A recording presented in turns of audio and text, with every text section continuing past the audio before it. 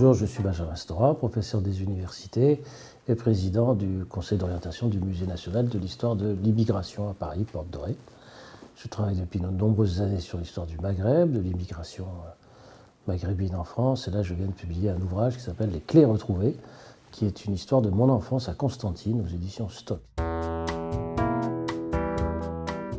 J'ai présenté aujourd'hui la nécessité de mieux connaître l'histoire de l'immigration, cette histoire qui est constitutive de l'identité, ce qu'on appelle l'identité française, le récit national français, à travers toute une série de vagues migratoires qui se sont développées et déroulées tout au long du XXe siècle.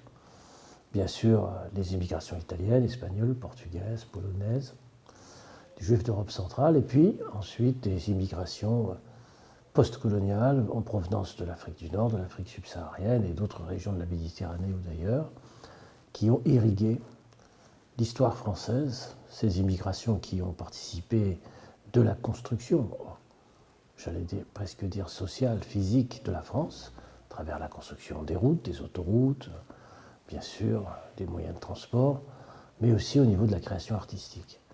Les grands écrivains, les peintres, les philosophes, d'autres encore, qui ont été en France, qui ont vécu en France, qui ont participé de la création de ce patrimoine et de cette richesse culturelle française. Aujourd'hui, les Français ont intérêt à comprendre et à connaître cette histoire pour savoir qui ils sont aussi avec cette histoire. Ce n'est pas la seule, bien entendu, mais ça fait partie de leur histoire. Il y a un danger à ne pas connaître cette histoire, c'est celui de la séparation, du fossé qui peut exister entre ceux qui sont des étrangers et des nationaux, et donc des méfiances, des soupçons, des oppositions. On a intérêt toujours à connaître l'histoire des autres pour mieux se connaître soi-même. L'école, bien entendu, est en première ligne dans la connaissance de l'histoire des autres, des étrangers en France. En première ligne parce que l'école est un lieu de l'intégration culturelle, sociale, dans la République, bien entendu.